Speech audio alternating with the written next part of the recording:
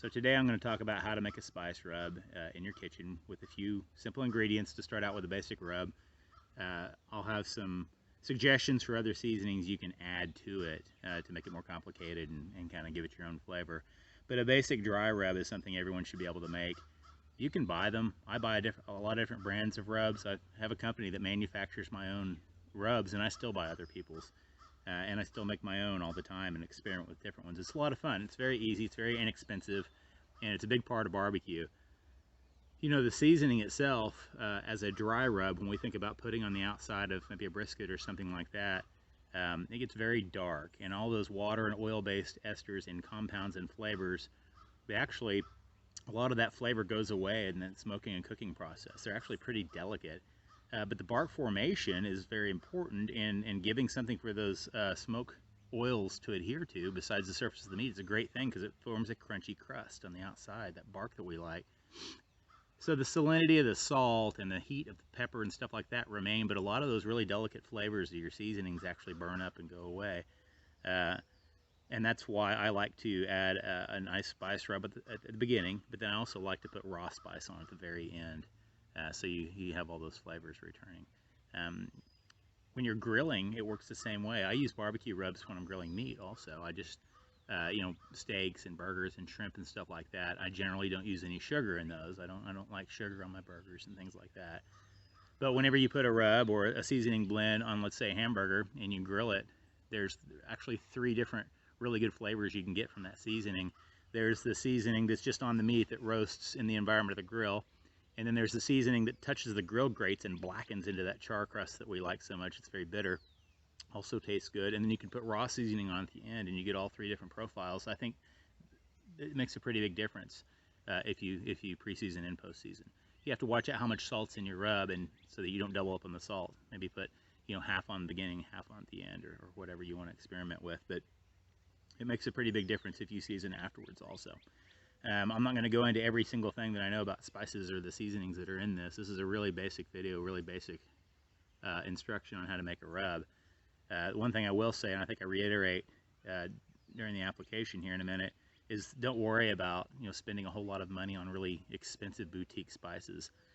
You don't have to buy paprika that was hand ground by blind monks in the Himalayas or something like that. Go down to Walmart and pick it up. You probably already have it in your cabinet. Spices do get bland over time, but they have a pretty big shelf life if you keep them sealed. I'm not too much of a spice snob when it comes to making things at home like this. Now, my products that I make and that I sell, and most manufacturers I know, use very, very high quality, right off the boat spices, but we're buying so much at once that we can afford to do that, and it comes at a lower rate. It's not that big of a difference when you're at home, especially when you're using a blend that's going to be on the outside of a piece of meat and burn up and caramelize completely. So just use Walmart spices at first, or wherever you want to buy them, and then after that, start experimenting with higher quality or different kinds of seasonings and things like that. But don't worry about being shamed by everyone for not buying really high quality, strange foreign spices. Just get them at the local store. Anyway, I'm going to show you how to make this. It's going to be a little different than other spice rubs maybe that other people have made online or that you have in the past, because I use something called an anti-flocculant. It's basically just an oil. I use sunflower oil. You can use vegetable oil, canola oil, sunflower, or soy oil, whatever you want, at a mixture of like 2 to 3% by weight. Just a dab in this one does it, and that keeps the spices from separating over time. If you have large particles that weigh a lot, or you have small particles that are very fine, you put them in a shaker and you shake it, over time those will separate, and that's not good. You don't want to put all of one seasoning or one of your spices on your product. You want it to come out in a consistent nature, so adding a little bit of oil really helps with that. And I'll show you how to do that right now. Okay, here's my recipe for my favorite basic rub. Down in the description, I guess I'll go ahead and put this so it's easy to copy and paste, and maybe I'll stick it on the website as a resource. Anyway, on the left is tablespoons and teaspoons. On the right, in parentheses, are parts, so you can upscale this a lot larger. You can use a 1/4 cup as a part, or you can use a cup as a part, or just a teaspoon as a part, or whatever you want. But anyway, this is 3 parts, 1 part, half a part, 1/4 part. It's pretty self-explanatory. So the difference in this rub and most that you've probably seen or made at home is that I do have oil in it. Oil acts as something called an anti-flocculant, and that will keep it from stratifying and pulling apart from the large and small parts as you use it in your shaker or whatever you dispense it from.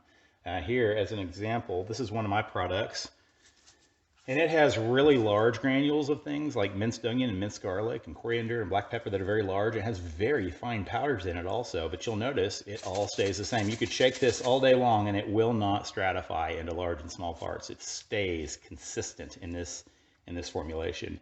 No stratification. What that's called in spices is called flocculation.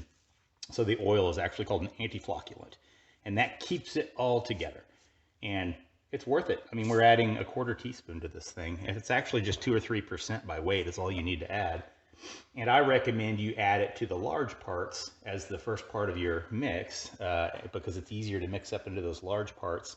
And then you can add the fines after that. Put my other glove on here.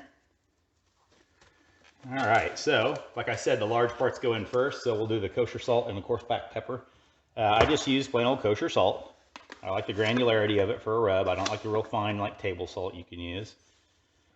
For black pepper, go to the supermarket, get you some salad grind black pepper. Don't worry right now about buying like boutique spices online. I use really expensive, super high quality spices for my spice blends for my products. But I'm buying hundreds of pounds at a time, and so they become affordable at that rate. There's a lot of spice and seasoning shaming going on out there about, you know, where you purchase your spices and how fresh they have to be. Start with stuff you get at the grocery store, and then work from there. Please don't worry about spending so much. You might even have most of this in your counter. And then this calls for a 1/4 teaspoon of the oil. Basically, it's a dab in a recipe this small, and that might even be a little too much, but it doesn't really matter. And then you mix it all together like this, and you'll see it starts to get this like snowy like texture. That oil is microscopically coating all those coarse granules. It's not wet and it's not sticky per se, but as we add the rest of those ingredients to this, it's going to mix up and it will stay that same consistent mixture that we create in here forever. I mean, you will have a really hard time shaking that apart, and that's what we want. We want something that you know, that doesn't stratify as time goes on. So paprika, this is sweet paprika. It's not Hungarian or smoked or anything like that. I just have a large jar of it. It's mainly for color, but there is an earthy flavor to paprika. It's very good in a barbecue spice. Also add some color to your product, which is never a problem. Aesthetics are a big deal to me. I want the food to look good also. And red always looks great on a steak or a burger or shrimp or anything like that. And especially on barbecue. It gives it that mahogany texture we all like so much. All right, for garlic powder and onion powder, when you get these at the store, they'll say powder. If you buy them institutionally or from a big boutique spice place, this is granulated garlic and granulated onion. It's a pretty big difference. Powdered onion and powdered garlic are a mess. They're like talcum powder fine, and they're very sticky, and they're hard to mix into your spice. This is actually granules, as you can see, just like salt would be. It's granulated onion, granulated garlic, but like I say, if you buy them at Walmart or something, it's going to say powdered on it. A teaspoon of celery salt. This really kicks up a barbecue blend. There's also some research done by some Harry Sue and some other people online on YouTube that show that celery has some compounds in it that react with myoglobin and myowater in your meat to hasten the process and maybe even deepen the color of a smoke ring. So that's something. It looks like their research is right. I love the flavor of it, and that's why I use it. Cayenne pepper, everyone knows what that is. There's a 1/2 teaspoon of that in there, and we're done. So that's the spice blend, and then as we mix it all together here, you'll see it gets that pretty color. It will stay the consistency that you see right here from now on. You will have a tremendous problem trying to separate that in a shaker and make it stratify. So that's why we add oil.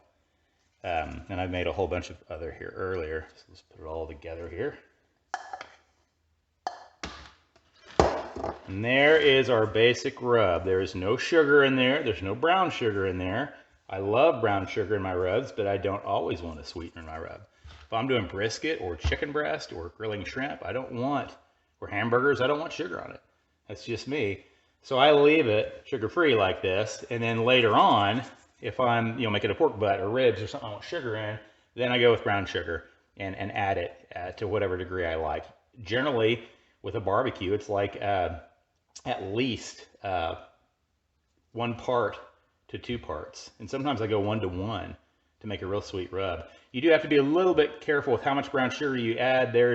I'm seeing that the more brown sugar you add, the more of a coating it puts on the meat itself, and that actually keeps that smoke ring from developing. So if a smoke ring is important to you, which is just a look, it doesn't taste any different, ease up on the brown sugar a little bit and allow that nitric acid and some of the other compounds in the smoke to react with that myowater and myoglobin in the meat to a higher degree.